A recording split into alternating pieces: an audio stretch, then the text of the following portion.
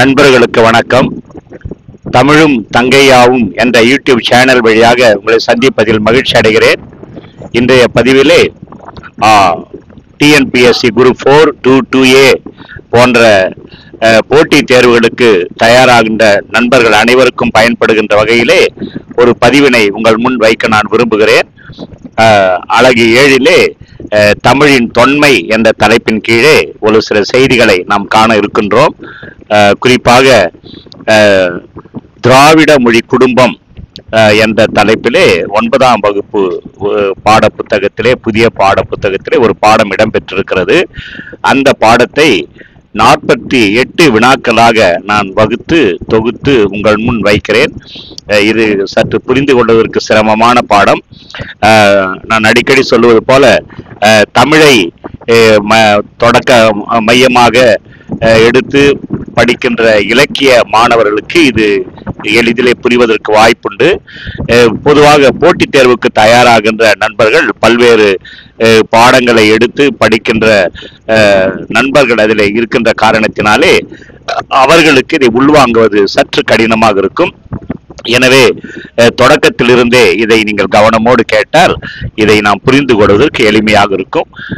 குறிப்பெடுத்துக் கொள்வதற்கு நான் நடத்துவதை குறிப்பெடுத்துக் கொண்டு பதிவு செய்து மனதிலே உள்வாங்க பழகி கொள்ளுங்கள். 1வது வினா, திராவிட மொழிகளிலே மூத்த மொழியாய் இலங்குவது எது? திராவிட மொழிகளிலே மூத்த மொழியாய் இலங்குவது எது? தமிழ். திராவிட மொழி எது நாம் பார்க்க போறோம் தெளிவா. கொஞ்சம் கொஞ்சமா நம்ம அந்த பாடம் நமக்கு புரியும். திராவிட மொழிகளிலே மூத்த மொழியாக கருதப்படுவது தமிழ். 2வது வினா, எத்தகைய கால மாற்றத்திற்கும் எல்லா புதுமைகளுக்கும் ஈடு கொடுத்து இயங்கும் ஆற்றல் உள்ள மொழி எது? அதாவது எத்தகைய கால மாற்றத்திற்கும் எல்லா புதுமைகளுக்கும் ஈடு கொடுத்து இயங்குகின்ற மொழி எது என்று சொன்னால் அது தமிழ். 3வது வினா, தமக்கு தோன்றிய கருத்துக்களை பிறருக்கு உணர்த்த மனிதர் கண்டுபிடித்த கருவி. தன் உள்ளத்திலே தோன்றிய தொடக்க காலத்திலே, மனித நாகரிக வளர்ச்சியின் தொடக்க புள்ளியிலே தனக்கு உள்ளே தோன்றிய கருத்தை மற்றவர்களுக்கு வெளிப்படுத்துவதற்காக மனிதன் கண்டுபிடித்த கருவி எது என்று சொன்னால் மொழி என்று சொல்லலாம். 4வது வினா, முதலில் தம் எண்ணங்களை எவற்றின் மூலமாக மனிதன் மற்றவர்களுக்கு தெரிவிக்க முயன்றான்? முதலாக தனக்கு உள்ளே எழுந்த எண்ணங்களை அல்லது கருத்துக்களை எப்படி அவன் வெளிப்படுத்தினான் என்று நாம் பார்க்கின்ற பொழுது மெய்ப்பாடுகள். மெய் என்று சொன்னால் உடல் என்று பொருள். உடலிலே தோன்றுகின்ற உணர்வுகள் மெய்ப்பாடுகள். அதாவது ஆச்சரியப்படும் பொழுது ஒரு விதமான உணர்ச்சி நம்முடைய உடலிலே தோன்றும். கோபப்படும் பொழுது ஒரு விதமான உணர்ச்சி நம்முடைய மெய்யிலே, உடம்பிலே தோன்றும். இப்படி மெய்யிலே தோன்றுகின்ற உணர்வுகள் இந்த மெய்ப்பாடுகள். அதுக்கப்புறம் கைகளின் மூலமாக காட்டுகின்ற சைகைகள், வாயின் மூலமாக குரலின் மூலமாக எழுப்புகின்ற ஒலிகள், அதன் பிறகு கரங்களின் மூலமாக அவன் வரைந்த ஓவியங்கள், இவற்றின் மூலமாக தன்னுடைய உள்ளத்திலே தோன்றிய எண்ணங்களை மனிதன் தொடக்க காலத்திலே மற்றவர்களுக்கு தெரிவிக்க முயன்றான். அதாவது மொழி தோன்றுவதற்கு முன்னாலே இந்த மெய்ப்பாடு, சைகை, ஒலிகள், ஓவியங்கள் போன்றவை மனிதன் தன் உள்ளே இருக்கிற கருத்தை மற்றவர்களுக்கு தெரிவிக்க பயன்படுத்தினான் என்பது மொழியியல் அடிப்படையில் நாம் பெறுகின்ற பதில். 5வது வினா, மெய்ப்பாடுகள், சைகைகள், ஒலிகள், ஓவியங்கள் மூலம் எதை மட்டும் அவனால் உணர்த்த முடிந்தது, எதை உணர்த்த முடியவில்லை? இந்த மெய்ப்பாடு இதை நம்ம பார்க்கும்போது பார்த்தீங்கன்னா இந்த மெய்ப்பாடு, சைகை, ஒலிகள், ஓவியங்கள் தான் பார்த்தீங்கன்னா அவன் முதலாக கருத்தை வெளிப்படுத்தினான். இதன் மூலமாக அவன் எதை வெளிப்படுத்தினான், எதை வெளிப்படுத்த முடியவில்லை என்பது வினா. அதாவது பொருட்களை 2 வகையாக பிரிப்பர். ஒன்று பருப்பொருள், மற்றது நுண்பொருள். பொருட்களை 2 வகையாக பிரிப்பர். ஒன்று பருப்பொருள், நுண்பொருள். பருப்பொருள் என்று சொன்னால் நம் கண்களுக்கு தெரிகின்ற பொருளை நாம் பருப்பொருள் என்று சொல்லலாம். கண்களுக்கு தெரியாத பொருளை நுண்பொருள் என்று சொல்லுவார்கள். எனவே இவன் இந்த மெய்ப்பாடு, சைகை, ஒலிகள், ஓவியங்கள் மூலமாக தன் கருத்தை வெளிப்படுத்துகின்ற பொழுது பருப்பொருளை மட்டும் அவனால் உணர்த்த முடிந்தது, நுண்பொருளை அவனால் உணர்த்த முடியவில்லை என்பது மொழியியல் பதில் என்பதை நான் உள்வாங்க வேண்டும். 6வது வினா, நுண்பொருளை உணர்த்த மனிதன் எதை உண்டாக்கினான்? பருப்பொருளை அவனால் உணர்த்த முடிந்தது, நுண்பொருளை உணர்த்த வேண்டும் என்ற ஒரு பிடிவாதம் அவனுக்குள் இருந்தது. அப்படியானால் ஒரு கருவியை கண்டுபிடிக்க வேண்டிய ஒரு சூழ்நிலை. அப்பொழுது அவன் ஒளியை உண்டாக்கினான். அப்போதான் சவுண்ட் அவன் மனசுக்குள்ள, நெஞ்சுக்குள்ள இருந்து வெளியே வருது.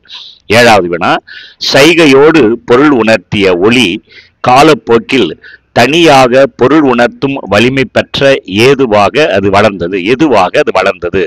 சைகையோடு சைகை, அதே நேரத்தில் சவுண்டையும் கூட சேர்க்கிறோம். Action plus sound. சைகையோடு பொருள் உணர்த்திய ஒளி காலப்போக்கிலே தனியா ஒரு பொருள் உணர்த்தும் வலிமை வாய்ந்த எதுவாக மாறியது அப்படின்னு சொன்னா அது மொழியாக வளர்ச்சி பெற்றது என்று நாம் சொல்லலாம். எட்டாவது வினா, மனித இனம் வேறுபட்ட ஒலிப்பு முயற்சிகளை உருவாக்க தூண்டியது எது? மனித இனம் வேறுபட்ட ஒலிப்பு முயற்சிகளை உருவாக்கிய தூண்டியது. மனித இனம் பார்த்தீங்கன்னா அவனுடைய சவுண்டு, அதாவது மொழி பல்வேறு விதமாக திரிவதற்கு வாய்ப்பு ஏற்பட்டது. எதன் அடிப்படையில் அப்படின்னு கேட்டால் மனிதன் வாழ்ந்த இட அமைப்பும் இயற்கை அமைப்பும் அந்த வேறுபட்ட ஒலிப்பு முயற்சிகளை உண்டாக்கியது என்று மொழியில் நமக்கு பதிலாக தருகிறது. ஒன்பதாவது வினா, பல மொழிகள் உருவாக காரணம் எது? மொழிகள் பல உருவாவதற்கு காரணம் மனித இனம் வாழ்ந்த இட அமைப்பு, இயற்கை அமைப்பு, வேறுபட்ட ஒலிப்பு முயற்சிகளை உருவாக்க தூண்டின. இதனால் பல மொழிகள் உருவாயின. மொழி உருவாக்கத்துக்கு காரணம் மனிதன் வாழ்ந்த இட அமைப்பு. ஒவ்வொரு நம்ம தமிழே பார்த்தீங்கன்னா குறிஞ்சி, முல்லை, மருதம், நெய்தல், பாலை என்று சொல்கிறோம். மலை மலை சார்ந்த இடம், காடு காடு சார்ந்த இடம், வயல் வயல் சார்ந்த இடம், கடல் கடல் சார்ந்த இடம், பாலைவனம் நம்ம சொல்றோம் இல்லைங்களா? அப்போ அந்த சூழலுக்கு ஏற்றாற் போல மனிதன் வாழ்ந்த சூழலுக்கு ஏற்றாற் போல அந்த இட அமைப்பு, அதே நேரத்தில் இயற்கை அமைப்பு அந்த மனிதனுடைய ஒலிப்பு முயற்சியை வித்தியாசப்படுத்துகிறது. இதனாலே பலவிதமான மொழிகள் உருவாயின என்பது லிங்குஸ்டிக்கினுடைய பதில். பத்தாவது வினா, மொழி குடும்பங்கள் பலவாக பிரிய காரணம் என்ன? மொழி குடும்பங்கள் பலவாக பிரிவதற்கு காரணம் என்ன?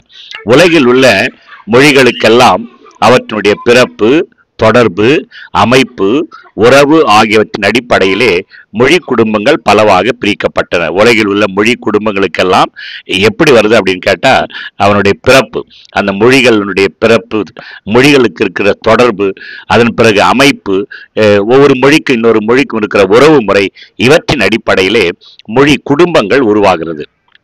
பின்னால பார்த்தா நமக்கு புரியும். 11வது வினா, இந்தியாவிலே பேசப்படும் மொழிகளுடைய எண்ணிக்கை என்ன? இந்தியாவிலே மொத்தம் 1300க்கு மேற்பட்ட மொழிகள் பேசப்படுகிறது.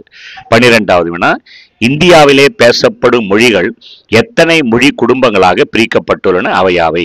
இந்தியாவிலே பேசப்படுகின்ற மொழிகள் 4 மொழி குடும்பங்களாக பிரிக்கப்பட்டுள்ளன. ஒன்று இந்தோ ஆசிய மொழிகள், 2வது திராவிட மொழிகள், 3வது ஆஸ்திரோ ஆசிய மொழிகள், 4வது சீன திபெத்திய மொழிகள் என்று 4 மொழி குடும்பங்களாக இந்தியாவில் பேசப்படுகின்ற மொழிகள் பிரிக்கப்படுகிறது. 13வது வினா, இந்தியா மொழிகளின் காட்சி சாலையாக திகழ்கிறது என்று கூறியவர் யார்? இந்தியா மொழிகளின் காட்சி சாலை என்று கூறியவர், அதாவது இந்தியாவிலே பல மூல மொழிகளும் அவற்றின் கிளை மொழிகளும் பேசப்படுவதனாலே இந்திய நாடு மொழிகளின் காட்சி சாலையாக திகழ்கிறது என்று அகத்தியலிங்கம் அவர்கள் குறிப்பிட்டுள்ளார். 14வது வினா, இந்திய நாகரிகத்தினுடைய முக்கியத்துவம் என்ன? இந்திய நாகரிகத்தின் முக்கியத்துவம், உலகிலே குறிப்பிடத்தக்க பழமையான நாகரிகங்களுள் இந்திய நாகரிகம் ஒன்று. உலகிலே குறிப்பிடத்தக்க பழமையான நாகரிகங்களிலே இந்திய நாகரிகம் ஒன்று என்பதை நாம் முதலிலே உள்வாங்க வேண்டும். 15வது வினா, இந்திய நாகரிகம் உலகின் பழமையான நாகரிகங்களில் ஒன்று என எப்பொழுது உறுதிப்படுத்தப்பட்டது? இந்திய நாகரிகம் உலக நாகரிகத்திலேயே ரொம்ப பழசுன்னு எப்போ முடிவுக்கு வந்தாங்க அப்படின்னு கேட்டா மொஹஞ்சதாரோ ஹரப்பா அகழ்வாய்விற்கு பின்னர். ஒரு நாட்டினுடைய வரலாற்றை முடிவு செய்வது அகழாய்வு. அகழ்வாய்வு என்ற தலைப்பிலே ஒரு தனி பதிவை நான் போட இருக்கின்றேன். இந்த மொஹஞ்சதாரோ ஹரப்பா அகழ்வாய்விற்கு பிறகு இந்திய நாகரிகம் உலகத்தில் இருக்கிற பழைய நாகரிகங்களில் ஒன்று என முடிவுக்கு வரப்பட்டது. 16வது வினா, மொஹஞ்சதாரோ ஹரப்பா எவ்வகை நாகரிகம் என்று அறிஞர் கருதுகின்றனர்? இந்த மொஹஞ்சதாரோ ஹரப்பா நாகரிகம் திராவிட நாகரிகம் என்ற முடிவுக்கு வந்தனர். 17வது வினா, திராவிடர் பேசிய மொழி எது? திராவிடர்கள் பேசிய மொழி திராவிட மொழி என அழைக்கப்பட்டது. 18வது வினா, திராவிடம் என்னும் சொல்லை முதலில் குறிப்பிட்டவர் யார்? திராவிடம் என்ற சொல்லை முதலில் குறிப்பிட்ட ரொம்ப முக்கியமான வினா இது. குமரில பட்டர் அப்படின்னு தான் முதலாக திராவிடம் என்ற சொல்லை அவர் குறிப்பிட்டு பயன்பாட்டில் கொண்டு வருகிறார். 19வது வினா, எந்த சொல்லில் இருந்து திராவிடா என்ற சொல் பிறந்தது என ஆராய்ச்சியாளர் கருதுகின்றனர்? திராவிடா என்ற சொல் திராவிடம் என்ற சொல் எந்த சொல்லிலிருந்து வந்தது அப்படின்னு கேட்டா, தமிழ் என்னும் சொல்லில் இருந்துதான் திராவிடா என்ற சொல் பிறந்தது என மொழியியல் அறிஞர்கள் கருத்து தெரிவிக்கின்றனர். கொஞ்சம் இருங்க. கேள்வி என் கடைசியா நம்ம பார்த்த கேள்வி. ஒரே நிமிஷம். திராவிடா என்ற சொல் எப்படி உருவாயிற்று என்பதற்கு காரணம் எந்த சொல்லிலிருந்து வந்ததுன்னு கேட்டா, திராவிடா என்ற எச்சொல்லிலிருந்து திராவிடா என்னும் சொல் பிறந்தது அப்படின்னு கேட்டீங்கன்னா, தமிழ் என்ற சொல்லிலிருந்து தான் திராவிடா என்ற சொல் பிறந்தது. 20வது வினா, தமிழ் என்னும் சொல்லிலிருந்து திராவிடா என்னும் சொல் வந்தது என்பதை ஹீராஸ் பாதிரியார், இவர் மேல்நாட்டு தமிழறிஞர் ஈராஸ் பாதிரியார் எவ்வாறு விளக்குகிறார்? அவர் விளக்கம் கொடுக்கிறாரு. தமிழ் என்ற சொல்லிலிருந்து தான் திராவிடா என்ற சொல் வந்தது. அவர் ஸ்டெப் பை ஸ்டெப் அதன் மாற்றத்தை காட்டுறாருங்க. தமிழ், தமிழா, தமிழா, ட்ரமிழா, ட்ரமிழா, திராவிடா, திராவிடா என மாறியது என்று அவர் விளக்கம் தருகிறார். இது கவனமோடு நாம் உள்வாங்க வேண்டும். தமிழ், தமிழா, தமிழா, ட்ரமிழா, டமிழா, திராவிடா, திராவிடா என்ற இது நம் பேச்சு வழக்கிலே உடனடியாக இது மாறுவதற்கு வாய்ப்பில்லை. பல நூற்றுக்கணக்கான ஆண்டுகளுக்கு பின்னர் உடைய மாற்றம் அவுட்புட் என்று சொல்லுவார்கள். அடுத்து 21வது வினா, திராவிட மொழி குடும்பம் என்னும் புதிய பகுப்பு உருவாவதற்கு காரணம் யாது? திராவிட மொழி குடும்பம் அப்படின்னு சொல்லி உருவாவதற்கு ஏதாவது ஒரு காரணம் இருக்கும், பின்புலம் இருக்கு இல்லைங்களா? அது கேள்வி. தமிழ், கன்னடம், தெலுங்கு ஆகிய மொழிகள் சமஸ்கிருத மொழியிலிருந்து உருவானவை என்ற கருத்து அறிஞர் பலரிடையே நீண்ட காலம் நிலவி வந்தது. தமிழ், கன்னடம், தெலுங்கு ஆகிய மொழிகள் பார்த்து இவெல்லாம் திராவிட மொழிகளுக்குள்ளே வருவது. இந்த தமிழ், கன்னடம், தெலுங்கு ஆகிய மொழிகள் சமஸ்கிருத மொழியிலிருந்து தான் உருவாயிற்று என்ற கருத்து ரொம்ப காலமா இருந்தது. அதுக்கு காரணம் என்ன அப்படின்னு கேட்டீங்கன்னா, இந்த மொழிகளிலே வட சொற்கள் மிகுந்து காணப்பட்டது. அதுதான் காரணம். வட சொற்கள் மிகுந்து காணப்பட்டதுனாலே வடமொழியிலிருந்து இது தோன்றியது என்று அறிஞர்கள் முடிவுக்கு வந்தனர். ஏறக்குறைய 18ஆம் நூற்றாண்டின் தொடக்கம் வரை இந்திய மொழிகள் அனைத்திற்கும் வடமொழியே மூலம் என்பதும் அதிலிருந்துதான் மற்ற மொழிகள் தோன்றி வளர்ந்தன எனவும் அறிஞர்கள் உறுதியாக கருதி வந்தனர். முதல்ல பார்த்தீங்கன்னா, அறிஞர் வில்லியம் ஜோன்ஸ் அப்படின்றவர் என்ன பண்ணாருன்னு கேட்டீங்கன்னா, வடமொழியை முழுக்க ஆராய்ந்து மற்ற ஐரோப்பிய மொழிகளோடு தொடர்புடையது வடமொழி என முதலாக டிக்ளேர் பண்றார். புரியுதுங்களா? அறிஞர் வில்லியம் ஜோன்ஸ் அப்படின்றவர் தமிழ் மொழிக்கும் வடமொழிக்கும் உறவு சம்பந்தம் இல்லை, இந்த வடமொழி என்பது ஐரோப்பிய மொழிகளோடு தொடர்புடையது என்று முதலாக அவர் தன்னுடைய ஆய்விலே வெளிப்படுத்துகிறார். அதன் பிறகு 1816ஆம் ஆண்டிலே பேராசிரியர்கள் பாப், ராஸ்க், கிரீம் ஆகியோர் முதலானோர் என்பதற்கு வேறுபாடு உண்டு. முதலானோர் என்ன, இன்னும் பலர், ஆகியோர் அப்படின்னா அதோடு முடிஞ்சு போச்சு. இன்னும் பலர் தொடர்ந்து மொழி சார்ந்த பல ஆய்வுகளை மேற்கொண்டனர். 22வது வினா, முதலில் தமிழ், தெலுங்கு, கன்னடம், மலையாளம் போன்ற மொழிகளை ஆய்ந்து அவை தனி ஒரு மொழி குடும்பத்தை சேர்ந்தவை என்ற கருத்தை முன்வைத்து தென்னிந்திய மொழிகள் என பெயரிட்டவர் யார்? தமிழ், தெலுங்கு, மலையாளம், கன்னடம்லாம் பார்த்தீங்கன்னா ஒரு குரூப். அவை பேசுகின்ற பொழுதே நம்மால் புரிந்து கொள்ள முடியும். இவை அனைத்தையும் சேர்த்து தென்னிந்திய மொழிகள் அப்படின்ற ஒரு மொழி குடும்பத்தை முதலாக அறிமுகம் செய்தவர் பிரான்சிஸ் எல்லிஸ் என்ற ஒரு மேல்நாட்டு அறிஞர். 23வது வினா, தமிழ், தெலுங்கு, மலையாளம், கன்னடம் முதலிய மொழிகளை ஆராய்ந்து அனைத்தையும் இணைத்து தமிழியன், நல்லா கவனிங்க, கேள்வி கேட்கலாம், தமிழியன் அப்படின்ற ஒரு பெயர் வைக்கிறார். அது மட்டுமல்ல, இந்த தமிழ், தெலுங்கு, மலையாளம், கன்னடம் முதலிய மொழிகள் ஆரிய மொழிகளிலிருந்து முற்றிலும் மாறுபட்டவை என்ற கருத்தை முதலில் சொன்னவர் ஹோக்கன் என்ற ஒரு மேல்நாட்டு அறிஞர். 24வது வினா, 1856 திராவிட மொழிகளின் ஒப்பிலக்கணம் என்னும் நூலை எழுதியவர் யார்? Doctor Caldwell. இந்த டாக்டர் கால்டுவெல் இந்த நூலை எழுதிய பிறகுதான் அந்த மொழியியல் துறையிலே ஒரு மறுமலர்ச்சி ஏற்பட்டது என்று சொல்லலாம்.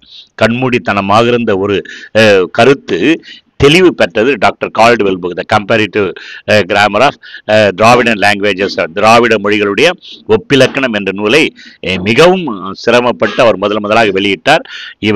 இந்த நூல் வெளிவந்த பிறகுதான் வரலாறு மாறுகிறது. 25வது வினா, டாக்டர் கால்டுவெல் தம் திராவிட மொழிகளின் ஒப்பிலக்கணம் என்ற நூலிலே என்ன கூறுகிறார்? அவர் சொல்ற கருத்து என்னன்னு கேட்டீங்கன்னா, மிகப்பெரிய நூல். அதை பிழிஞ்சோம்னா, திராவிட மொழிகள் ஆரிய மொழி குடும்பத்திலிருந்து வேறுபட்டவை. அவர் சொல்ற அழுத்தமான ஸ்டேட்மெண்ட், திராவிட மொழிக்கும் ஆரிய மொழிக்கும் தொடர்பு கிடையாது, ஆரிய மொழியிலிருந்து தான் திராவிட மொழிகள் தோன்றியது என்பதை அவர் முழுவதுமாக மறுக்கிறார். அது மட்டுமல்ல, இம்மொழிகள் சமஸ்கிருத மொழிகளுக்குள்ளே செல்வாக்கு செலுத்தியுள்ளன என்று இவர் குறிப்பிட்டார். என்னன்னு சொன்னா, அதிலிருந்து சமஸ்கிருதத்து திராவிட மொழிகள் தோன்றவில்லை, ஆனால் திராவிட மொழிகளுடைய செல்வாக்கு சமஸ்கிருத மொழியில் ஊடுருவி இருக்கிறது. இதனை அவர் வலுப்படுத்துவதற்காக, உறுதிப்படுத்துவதற்காக பல்வேறு இலக்கண கூறுகளை சுட்டிக்காட்டி திராவிட மொழிகளுக்குள் இருக்கும் ஒற்றுமைகளை எடுத்து உரைத்தார். இதுதான் திராவிட மொழி ஒப்பிலக்கணம் என்ற நூலிலே அவர் விளக்கி செல்வது. 26வது வினா, கால்டுவெல்லுக்கு பிறகு திராவிட மொழிகளின் ஆய்வுக்கு பங்களித்தவர் யார்? டாக்டர் கால்டுவெல்லுக்கு அப்புறம் இதை தொடர்ந்து செய்தவர்கள் Sten Konow, KV Subbaiah, LV Ramasamy, Burrow, Emeneau, Kamil Zvelebil, Andronov, தேப்போ மீனாட்சி சுந்தரம் முதலான அறிஞர்கள் கால்டுவெல்லுக்கு பிறகு அந்த மொழியியல் ஆய்விலே தங்களை ஈடுபடுத்தி அதனை வளர்த்தனர் என்று சொல்லலாம், அல்லது ஒரு தெளிவை உண்டாக்கினர் என்று கூட நாம் சொல்லலாம். 27வது வினா, திராவிட மொழி குடும்பம் மொழிகள் பரவிய நில அடிப்படையில் எத்தனை பிரிவுகளாக பிரிக்கப்பட்டுள்ளது? திராவிட மொழி குடும்பம் தனி குடும்பம், அதை பார்த்தீங்கன்னா அந்த நில அடிப்படையிலே மொழிகள் பரவிய நில அடிப்படையிலே 3 பிரிவாக பிரிக்கின்றனர். அதாவது 1 தென் திராவிட மொழிகள், அடுத்து நடு திராவிட மொழிகள், வட திராவிட மொழிகள் என்று சொல்லி 3ஆக. திரும்பவும் சொல்றேன், திராவிட மொழி குடும்பம் மொழிகள் பரவிய நில அடிப்படையிலே 3 பிரிவாக பிரிக்கப்படுகிறது. 1 தென் திராவிட மொழிகள், 2வது நடு திராவிட மொழிகள், 3வது வட திராவிட மொழிகள்.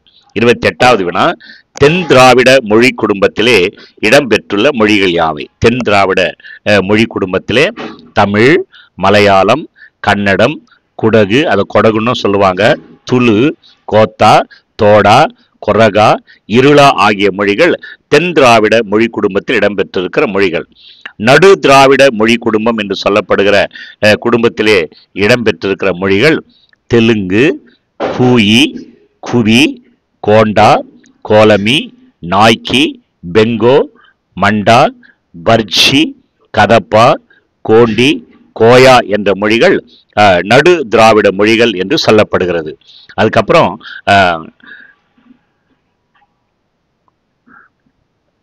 வட திராவிட மொழி, மன்னிக்கவும், இங்கே நடு திராவிடன் போட்டிருக்கிற 30வது வினாவில் வட திராவிடம் அப்படின்னு சொல்லி தயவு செய்து மாற்றிக்கொள்ளுங்கள்.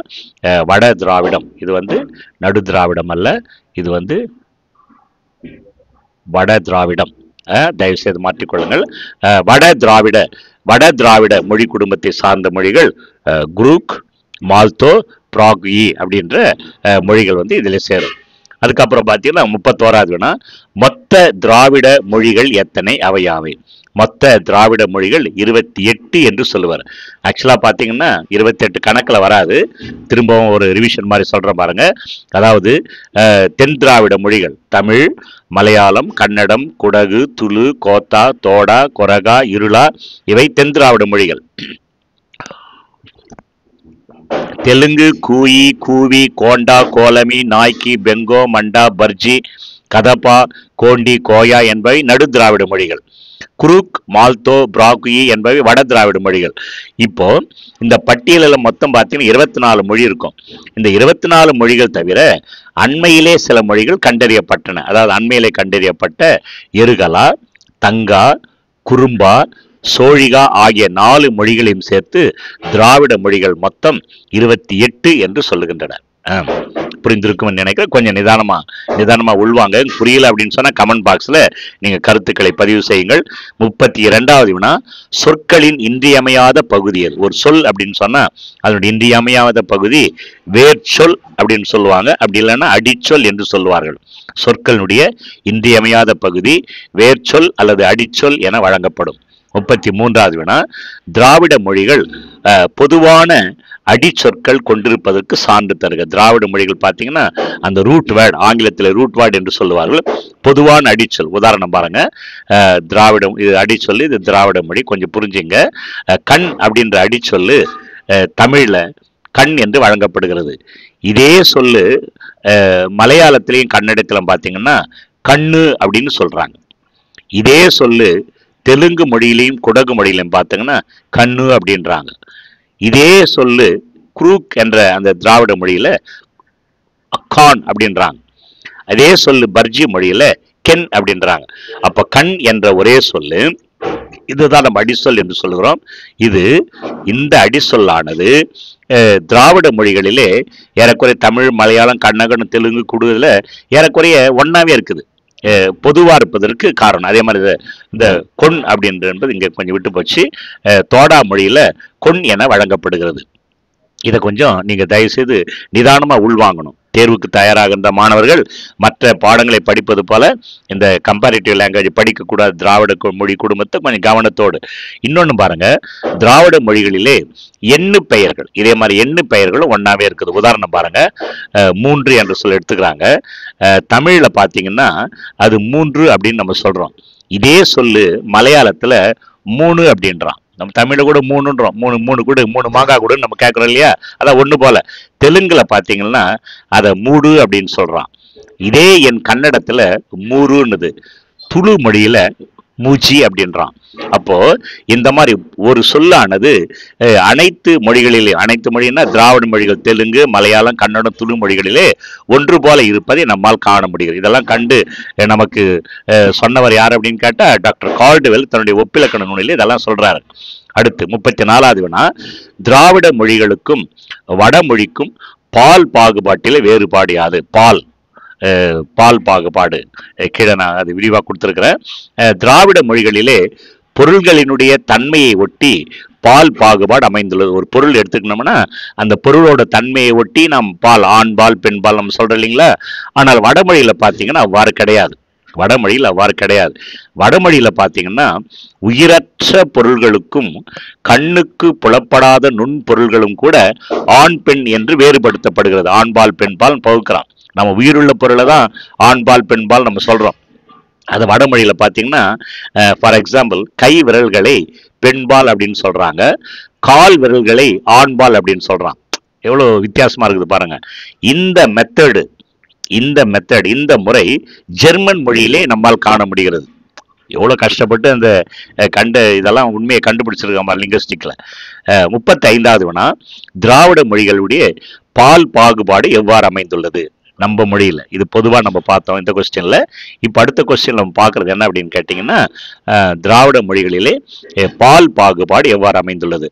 திராவிட மொழிகளிலே ஆண்பால் பெண்பால் என்ற பகுப்பு உயர்திணை ஒருமையில் மட்டும் காணப்படுகிறது. உயர்திணை அக்ரிணையன் திணை 2 வகைப்படும். உயர்திணை அக்ரிணை. திணை என்று சொன்னால் பிரிவு என்று சொல்லலாம். உயர்திணை என்று சொன்னால் மக்கள், தேவர், நரகர். இதை கொஞ்சம் நீங்க உள் வாங்கிக்கணும். இதை நீங்க உள் வாங்காம இந்த பாடமெல்லாம் புரியாது. சிலதெல்லாம் அடிப்படையா நம்ம புரிஞ்சுக்கணும்.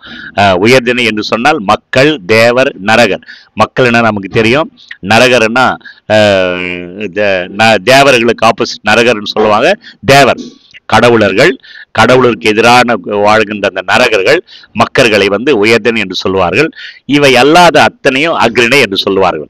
இப்ப என்ன பிரச்சனை அப்படின்னு கேட்டோம்னா, எங்க பாடம் திராவிட மொழிகள்ல பாகுபாடு. திராவிட மொழிகளிலே ஆண்பால் பெண்பால் என்ற பகுப்பு உயர்திணை ஒருமையில மட்டும் காணப்படுது.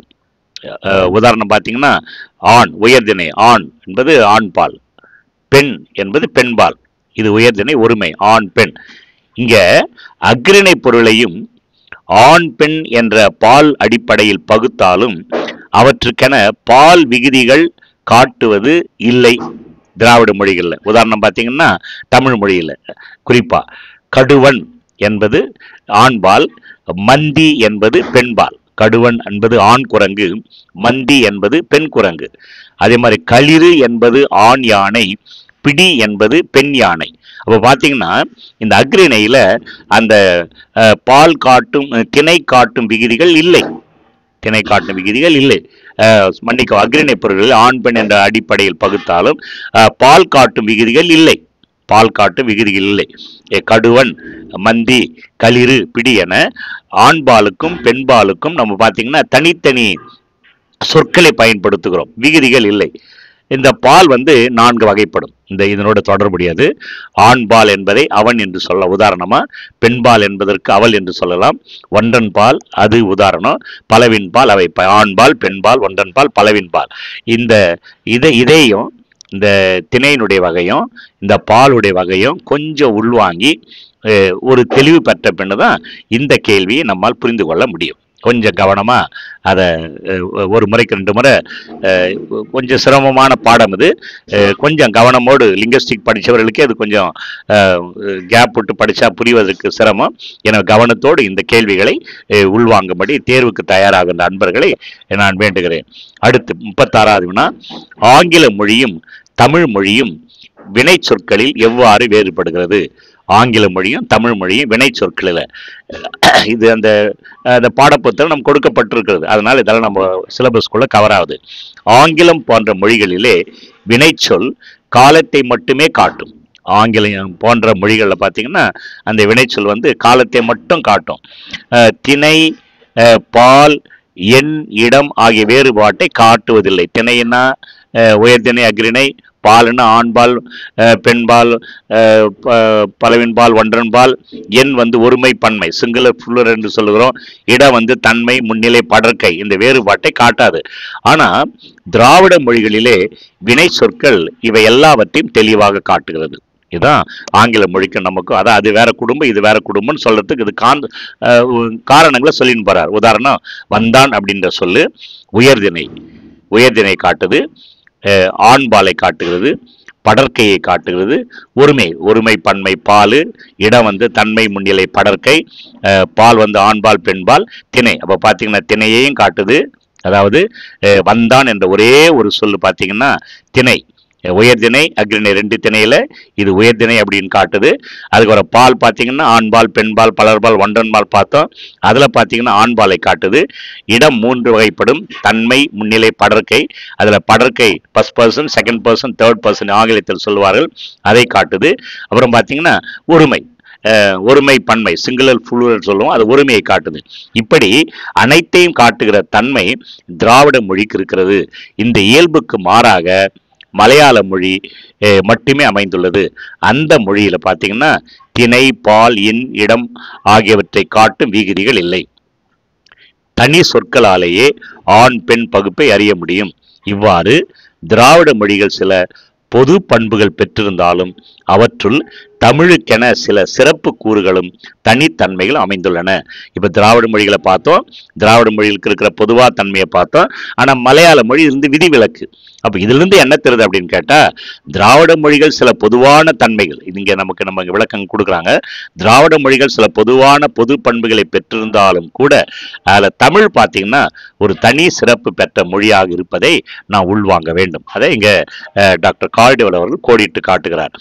37வது வினா, திராவிட மொழிகளிலே தமிழின் பழமையான இலக்கிய இலக்கண நூல் எது? திராவிட மொழிகளிலே திராவிட மொழிகளில் தமிழ், தெலுங்கு, மலையாளம், கன்னடம் திராவிட மொழி குடும்பம்னு பார்த்துட்டோம். அதில் பழமையான இலக்கிய நூல், இலக்கண நூல் எது? வினா புத்தகத்தில் கொடுத்துருக்கிறதுனால கேள்வி வர வாய்ப்புண்டு. இலக்கியம்னு பார்த்தீங்கன்னா தமிழில் பழமையான இலக்கியம் சங்க இலக்கியம், காலம் 2ஆம் நூற்றாண்டு. பழமையான இலக்கண நூல் எதுன்னு கேட்டிங்கன்னா தொல்காப்பியம். இதெல்லாம் கேள்வியாக கேட்பதற்கு வாய்ப்புண்டு, கவனமோடு குறிப்பெடுத்துக் கொள்ளுங்க.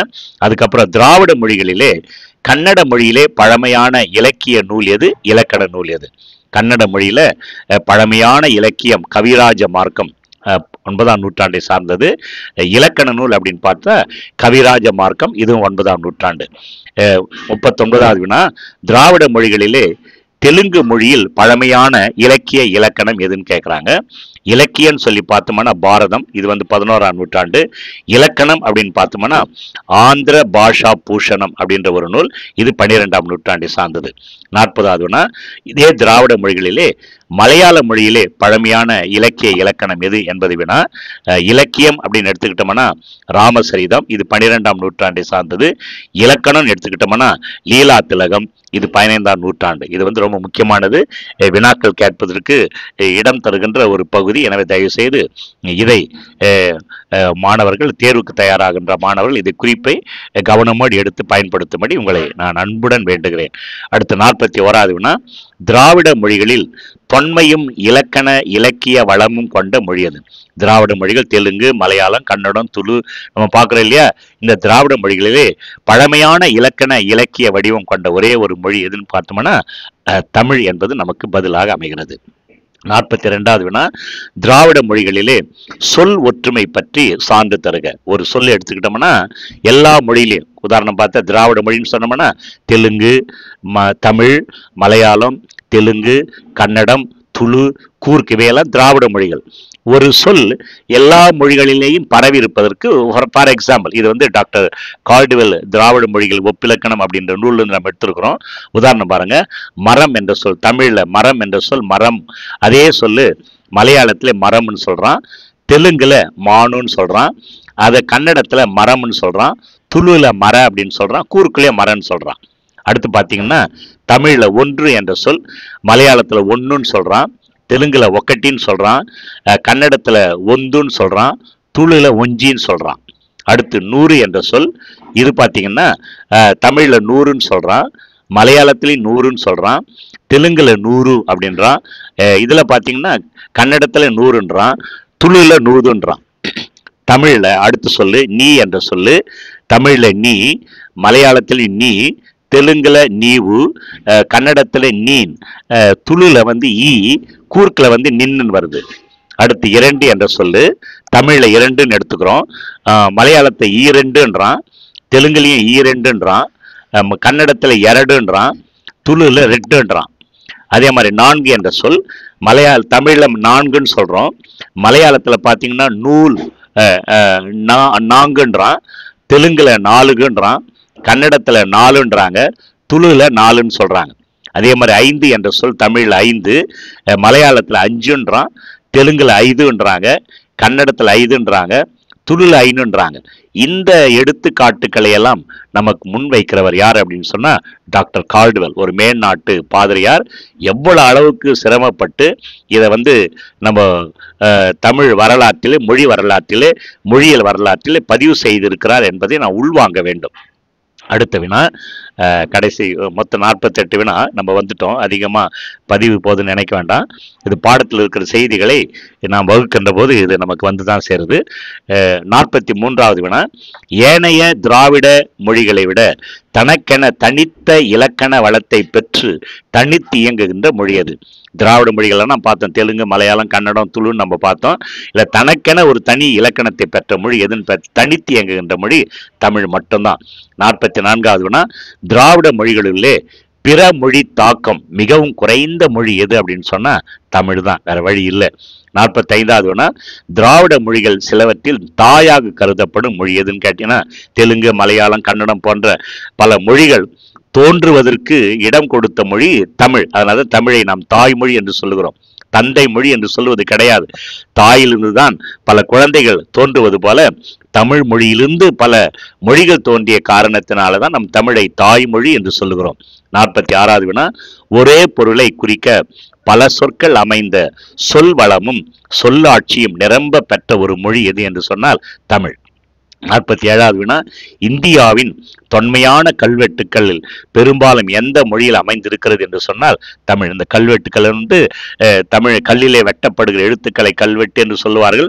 வரலாறு எழுதுவதற்கு இந்த கல்வெட்டுகள், செப்பேடுகள், இலக்கியங்கள் ஒரு பதிவில் போட்டிருக்கிற அதிகமான கல்வெட்டுக்கள் எந்த மொழியில்னு சொன்னா தமிழ் மொழியில தான் இருக்குது.